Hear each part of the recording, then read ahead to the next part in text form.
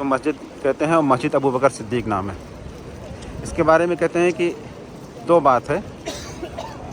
एक तो ये कि यहाँ पे हज़रत अबू बकर रज़ियल्लाहु अन्हु का घर था, और दूसरी बात ये कहते हैं कि यहाँ पे उनके नाम पर मस्जिद थी, अबू बकर सिद्दीक रज़ियल्लाहु अन्हु के नाम पर मस्जिद थी। तो जब यहाँ पे तोसी हुई, इसको मस्जिद कुशादा किया गया, तो उस मस्जिद को ख़त्म नहीं किया गया, बल्कि उस मस्जिद के लिए चौथे फ्लोर पर जगह मुख्तस कर दिया गया। वहीं पे जाकर के आप नमाज अदा कर सकते हैं और उन्हीं के नाम पर है। आसमान में आप गरज सुन रहे हैं, काफ़ी गरज है।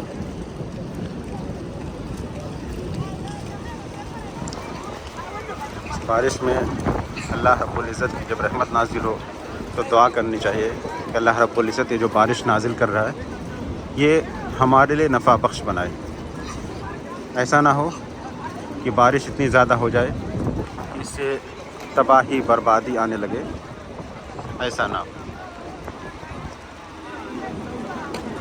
हमें भी अल्लाह रब्बुल इज़्ज़त से यही दुआ करनी चाहिए कि अल्लाह रब्बुल इज़्ज़त बारिश हमारे लिए रहमत के तौर पर नाजिल हो, ज़हमत के तौर पर नाजिल ना हो। और कहते हैं कि तीन चीज़ ऐसी हैं जिन्हें इंसान को मामूली नहीं समझना चाहिए। पहली चीज़ कर्ज़, कि इंसान अगर किसी से कर्ज़ ले रहा है तो उसको मामूली ना समझे, उसको टाल मटोल ना करे, उसको जितनी जल्दी हो सके उसको अदा कर दे। क्योंकि जब तक वो किसी का कर्ज़ उसके ज़िम्मे रहेगा तब तक अल्लाह आलम क्या होता है कि बरकत नहीं होती है। कितने भी पैसे हो जाएं, इससे बरकत नहीं होती, पैसे ख़त्म हो जाते हैं। और दूसरी चीज़ आग, कि आग अगर कम है आप उससे खाने बनाते हैं, लेकिन अगर वही आग ज़्यादा हो जाए तो फिर घरों को जला के रख देती है। और तीसरी चीज़ पानी। पानी हमारे लिए नफ़ा बख्श है, फ़ायदेमंद है। अब बगैर पानी के कोई शख्स, कोई इंसान ज़िंदा नहीं रह सकता। और इसी वजह से अल्लाह रब्बुल इज़्ज़त फरमाता है वजअलना मिनल माइ कुल्ल शैइन है। तो तीन चीज़, इनको मामूली नहीं समझना चाहिए, कर्ज़, आग और पानी। और आप देख रहे हैं कि लोग हरम की सफाई कर रहे हैं। पानी जहाँ थोड़ा बहुत इकट्ठा हो जाता है तो उसको साफ़ करते हैं और जहाँ पे नाली है वहाँ तक, नाली तक पहुँचाते हैं।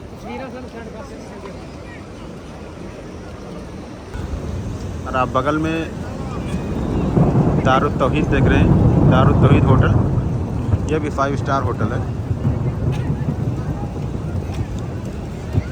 क्योंकि हरम को और कुशादा करना है, इसलिए इसके पीछे यानी दारुत तौहीद और शरीका मक्का के पीछे भी और होटल बनाए गए हैं, तो 5 स्टार होटल हैं।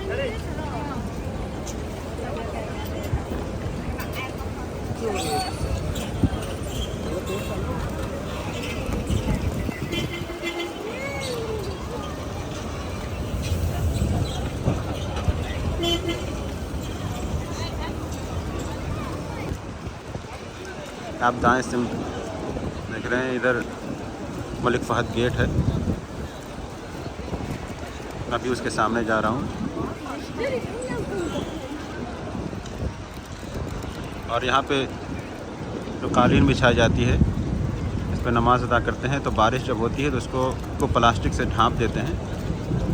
तो देख रहे हैं ये उसी से अंदर कालीन है और उसके ऊपर प्लास्टिक डाल दिया गया है।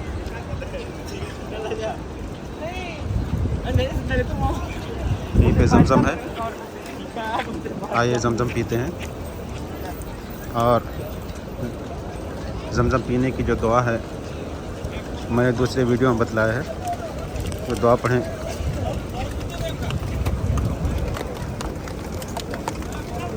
जमजम पीने की दुआ, अल्लाहुम्मा इन्नी अस्अलुका इल्मन नाफ़िअन व रिज़्क़न वासिअन व शिफ़ाअन मिन कुल्लि दा।